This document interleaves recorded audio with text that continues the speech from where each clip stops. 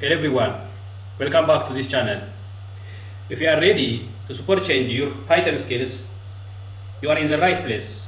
Today, our focus will be about loops and conditions, which are the most fundamental and powerful concepts. These are not just abstract computer science terms, they are the bedrock of writing dynamic and intelligent programs. Think about it. Almost every app, game, or website that we use relies on the computer making decisions and repeating actions. That is exactly what loops and conditions allow us to do in Python. By the end of this video tutorial, you will have a solid understanding of how for loops work across various Python collections, including strings, lists, dictionary, and ranges, and mastering conditional statements in different fashion, in such as writing simple if-else logic for basic decisions, chain conditions, nested conditions. Lastly but not least, we will see combining loops and conditions to solve real-world problems. Stay with me. Now, let's dive into the hands-on tutorial using Jupyter's Notebook. To begin with, let us see for loop, and string. How for loop works with string. Right. Now let us write a sequence. This sequence in particular is a string. Now the string stir1 is nothing but hello madam. This is a string. String is nothing but a sequence of characters, and they are ordered. So what we can perform with this string using for loop is a focus. Now to write, for example, each character of this string in new line, we can follow the following for loop statements. For loop for every car in stir1, print every car. Right? Now what this for word is nothing but keyword in Python which defines for loop statement. Car is iterator variable or loop variable, where this one is also keyword in Python which is membership operator. Stir1 is the string which is referring this object, hello madam.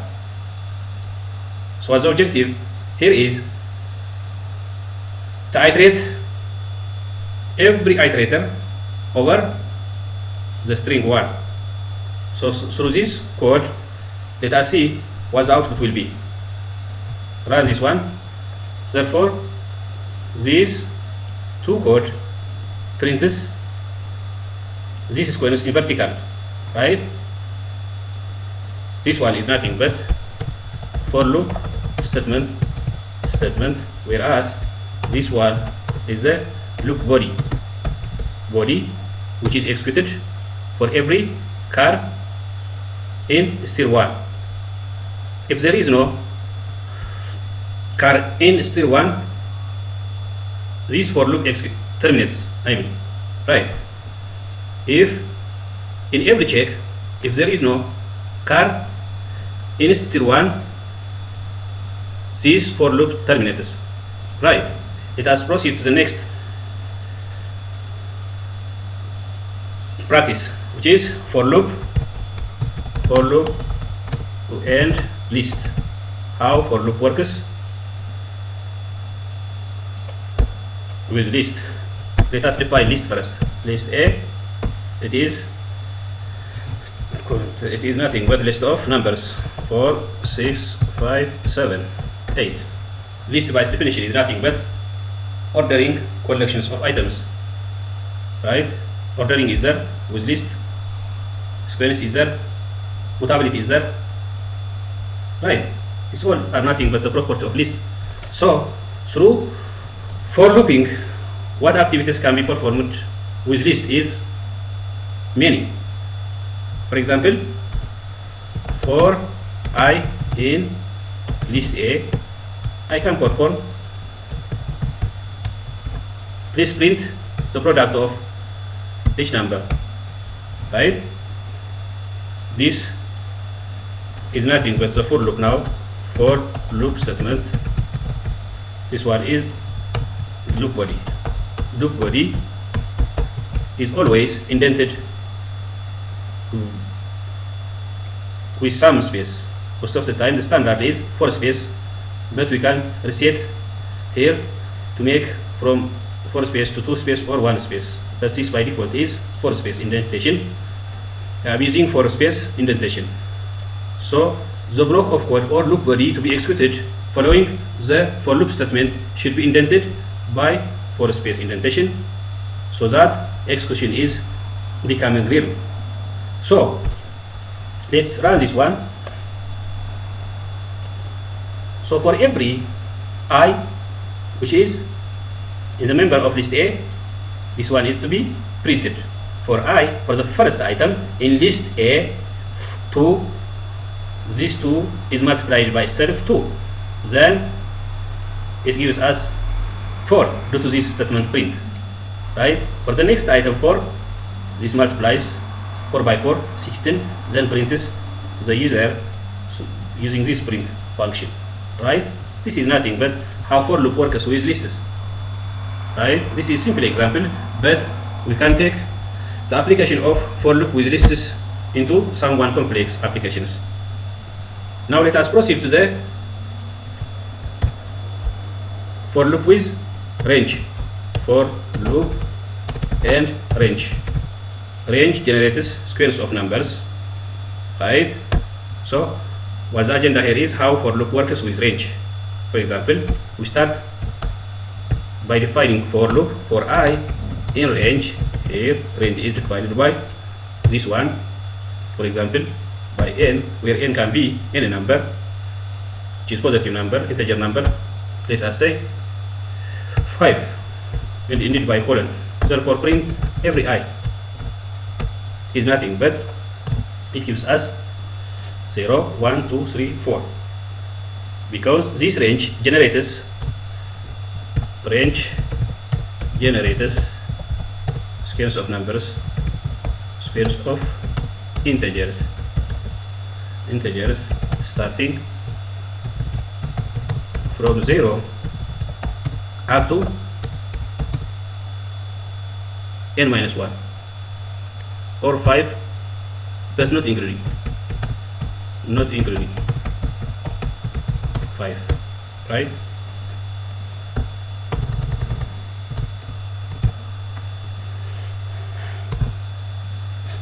Right, whereas this one is the loop body which prints every I which is a member of this range.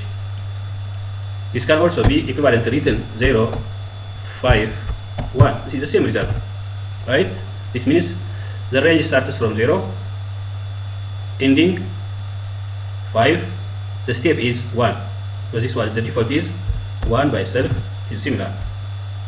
If I make this one 2, what will be, let us see, the result of this one is 0 to 4. The step 0 to 5 is 2. At every step the distance is required to be 2, right?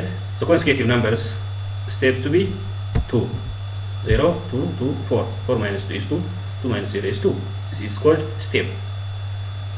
So the other concern is how for loop works with dictionary. For loop and dictionary. Let us see. For example, let us consider a dictionary.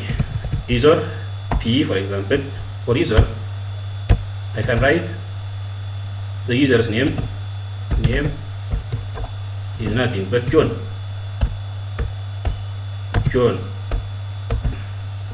whose age is 30, whose country is nothing but India. No, put in string India. So what's the question here is what activities can be performed through this dictionary. Dictionary is nothing but the mappings of key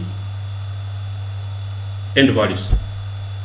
So we can access the keys, values, items if it is possible, we can do something regarding with these activities, keys and values. For example, for every key in user, we can print each key as follows, right? We can access every key in such a way that key iterates over user. For every key is the default in every dictionary, but we can also specify by this function keys the same result, right? The other concern is we can make also values. We can access the values. Value for value in user, values accessed from dictionary through values method. So rather than obtaining this name age, we obtain now the name of the person is John, whose age is 30, and country India. Let us see the result of this loop body value. Now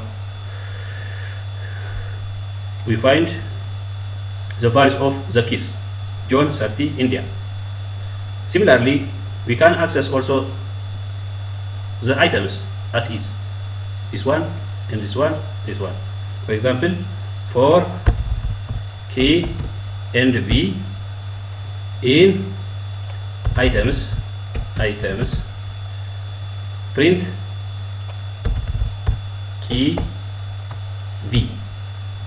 It has a result, right? This is nothing but name John, age 30, country India. This can also be made through this separation, right? I can make this one, right? Name is John, age is 30, country is India. I added this colon in quotation to make things more attractive, right? So these items, we know in the previous tutorial video we have seen how to access items, how to access values, how to access keys in such a way that we bring that application into for loop, how to access those values. Now accessing these things is not merely for the sake of accessing, rather to perform other applications, right? But for the time being it is enough to get insights how for loop work with dictionary, how for loop work with lists, strings, and etc. So let us see one application of for loop for finding accumulation patterns. For example, for loop and accumulating pattern, meaning that to find the sum of a list is nothing but under accumulation pattern. This can be performed through the application of for loop. For example, let us consider this list here. With this list, was the objective is to obtain the sum of all elements of the list. In doing so, we first initialize the accumulator variable, right? Let's say tot is from the beginning initialized with 0. Then for every I in list A, tot is updated, tot plus I. Then print tot. This is nothing but accumulating pattern or accumulation pattern, meaning that we are adding every element in the list, right? Now this one is nothing but the total is 32, right? Total now from the initial value is now 32. This is due to this code, this accumulation pattern. For every I referring to the ordering sequence of the list, this loop body updated. For example, for I2 in list A. Yes, it is in list A. Now we can proceed to the next code. Therefore, tot is now updated by adding tot plus I. What was the value of tot from the scratch is 0. Now 0 plus 2. Now keeping this total 2, we iterate to the for loop or for statement. Now I is to the second step, 4. I is now 4. 4 is in list A. Yes. Then we proceed to the next execution code. Now tot, what was tot in the previous is 2. Now what is I? Here in the second step is 4. Therefore 4 plus 2 is 6. Now tot is currently updated to 6. In the third iteration, tot will be added. Now let us see the second section of discussion, which is about conditionals: if, else, and if. This point of discussion consists of 3 parts: the simplest, nested, and chained conditions. Let us start by the simplest one. Simple condition. Simple if else. For example, let us see the following example. Age is 18 if age is greater than 18. Print greater than or equals to, better. Print you are adult, otherwise you are a child. Print you are a child.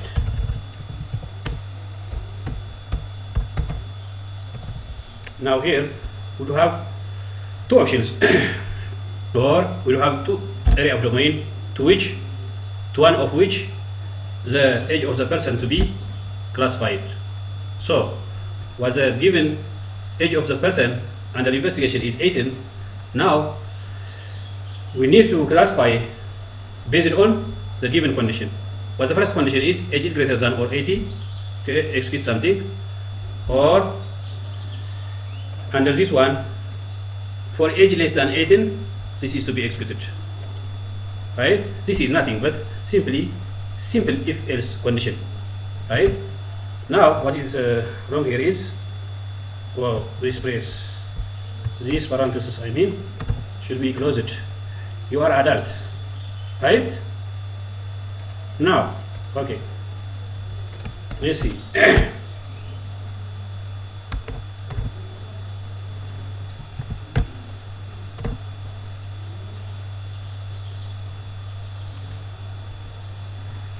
Now let us proceed to the second section of our focus. It is nothing but about conditionals. Under this section we shall see the simplest version of if-else condition, and the second one is the nested one, third one chain conditionals. When we start by the simplest conditioning, let us see the following example. For example, we have an age which is 18, and we have 2 conditions to decide whether the given person with the specified age is adult or child. Let us see. The age of the person under investigation is 18. Now we have 2 rules or decisions upon which to decide. If age is greater than or equals to 18, Python executes this one. If this one is false, Python executes the code of block under else. Now our value which is assigned to age variable is 18, where 18 is in this condition, which is the comparison operator. Age 18 is greater than or equals to 18. This is equals to 18. So directly this is going to be executed. Let us see. Yes, you are adult because this one is under this one. Therefore, let us see the nested conditionals, meaning that here the if-else conditioning nests another if-else in either of the if or else or under each. For example, let us see the following example. For example, x is 3, y is 3.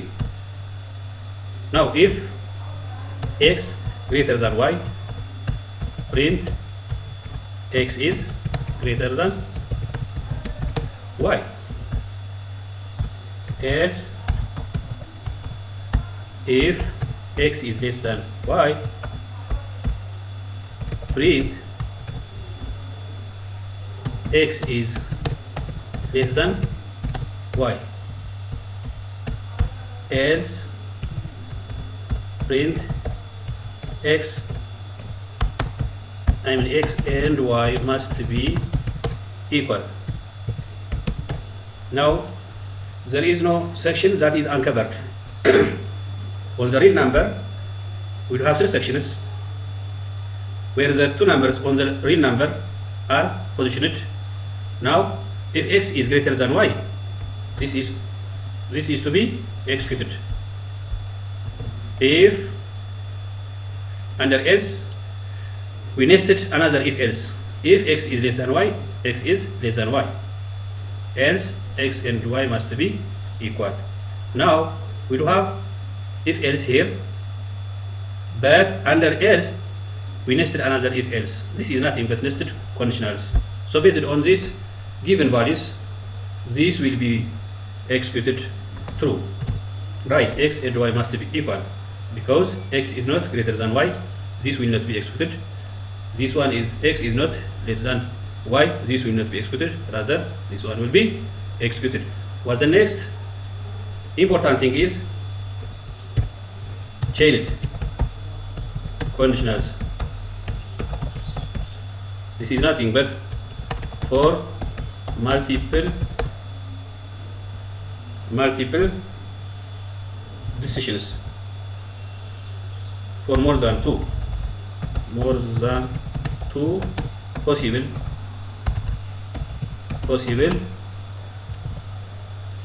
decision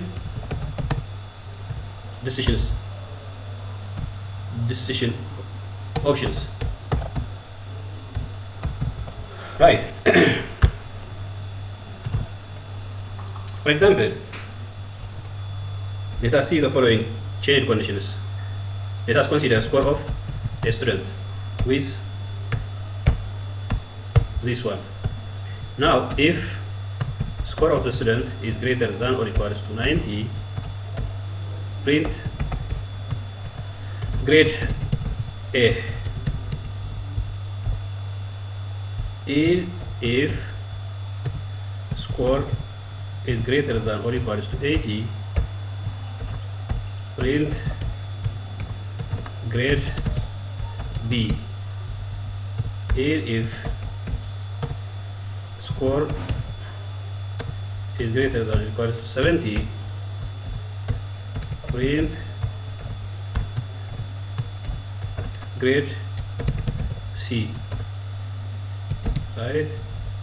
Else, the last domain, else print grade D. Right? Now the domain now is divided into 4 choices, from which only one choice is to be executed as it is true. Right? So the choices or decision trees here are the if cases that need to be added to our conditioning code. Right? For example, the score of students is divided on 4 sections. One section is greater than 90 to be graded as grade A. The other one is from 80 to 90. Second section from 70 to 80. The third section, and less than 70, the fourth section. Now the score of a student is to be determine it to be in either of these four sections. For example, the value 85 of a student is not greater than 90, so this will not be executed. 85 is greater than 80 but less than 90, yes, true, therefore this will be executed. If one of these if else's executed, Python will not be forced to proceed to the next code, right? The execution terminates at this condition where it turns to true. Therefore, this series of if-else conditions are nothing but example of chain conditions in Python. Let us run this one. What the output of this one is, the grade is grade B, because the score of the student is 85, which lays in between this from 80 to 90. Wow. What's the next consideration is to discuss about one real-world example combining the nested and chain conditions. What follows? Let us see one important example. Example. This one is the title for the following conditions. Now, let us see one contextual example. In the system, there are persons whose their name and their password has already registered, and the system also ready to enter the username and their password. So after entering these two items, was the system with his password. Now let us see in practice. For example, was the list or was the information of the registered users contains these persons. One is John, whose password is 13. The next one is Padri, whose password is pass 132. Admin is with pass admin 123. These are nothing but the registered users. Now the system requires whether the newly entering prompt that accepts user are with those once registered users or not. For example, user input username, name input from the user by enter your name, by requesting to enter the user his name, right? User password enter input enter your password, right? Now, having these two information from the user, what Python checks whether the entered username is a member of these once registered users or not, or having checked these things, if yes, wow, does the username is matched with his password is the next. So nested conditionals is there. If username in registered users here is, if username, this one the ones accepted from the user, is a member of the ones registered in the system with this dictionary. If yes, it produces to check also if registered third users username is equal with user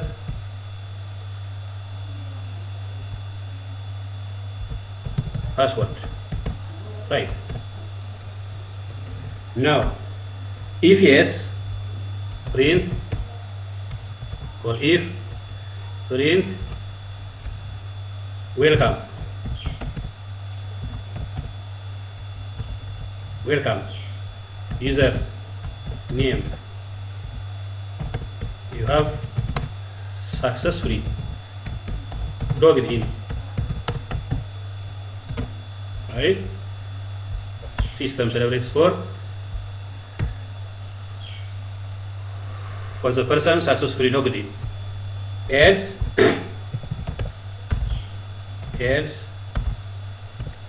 print if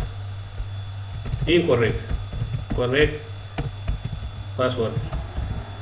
Please enter again. Right? Else for the outer condition, print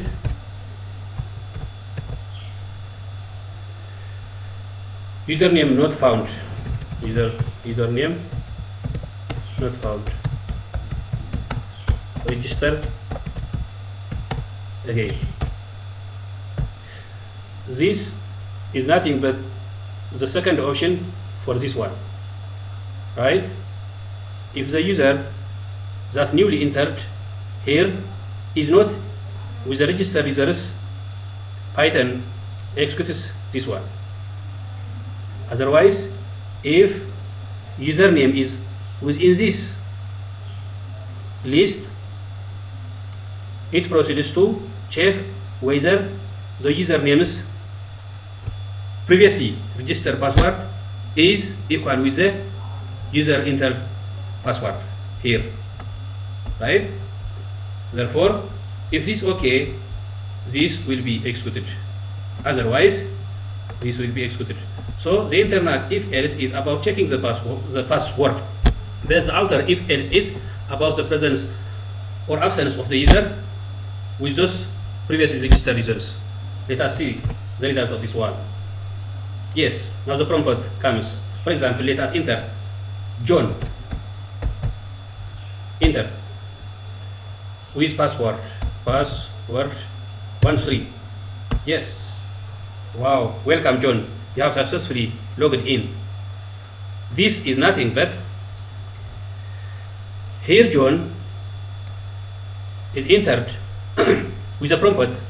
John has checked whether previously registered to the system. Yes. Therefore, this will be proceed to this one, to the next, for checking the password. Wow. If registered users of the previous password of John is equal with this one, with the newly entered. Yes, it is. Therefore, this immediately this is executed now. Let us see if another password is entered. John is the username is right. John, right. But password is 132 is incorrect. So this will be printed. Right? This will not be executed, but this one will be executed. But the username is the right username, that is the username in the database. But what's only incorrect here is his password. So Python recommends to enter again. Right? Let us see. Wow, incorrect password. Please enter again. Now let us see once again. Rerun this code and let me enter my name, Amaha. Wow, my password is 123. Wow, user not found. Register again because my name is not found here. Right? So this condition is not true. Any of these conditions will not be executed directly, as this one is false. Python becomes here. Come to this user not found. Register again the user. Right? This is nothing but about system logic simulation. How database works in matching the username and passwords in any application or website or interactive apps. This is one example of the real world example in nested conditioning. Now let us see one example about combining loops and conditions. Both the application of for loop and if else in one program. For example, let us follow a code. Temp is nothing but temperature list 30, 40, 35, 60. Now for every item in temp, 40 in temp, if t is greater than 40, then print today is extreme hot, extreme hot. Else if t is greater than, not less than 40, greater than 30, for example, print hot day. Else print normal day, normal temp, normal temperature, right?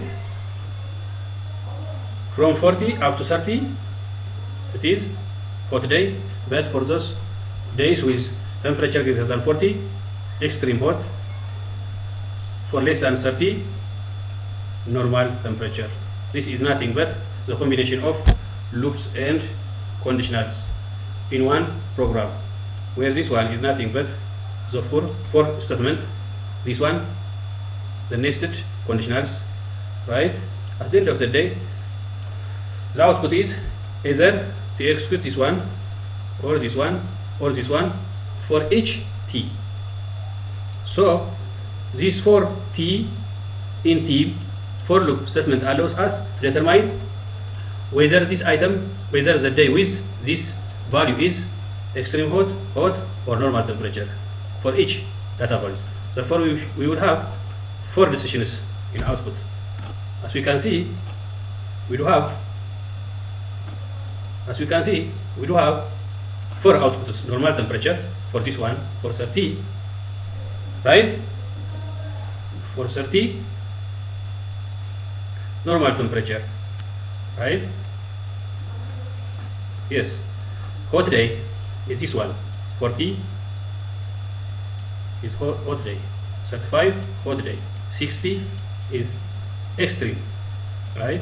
These are nothing but the combination loops and conditionals application to one specific task. Thank you.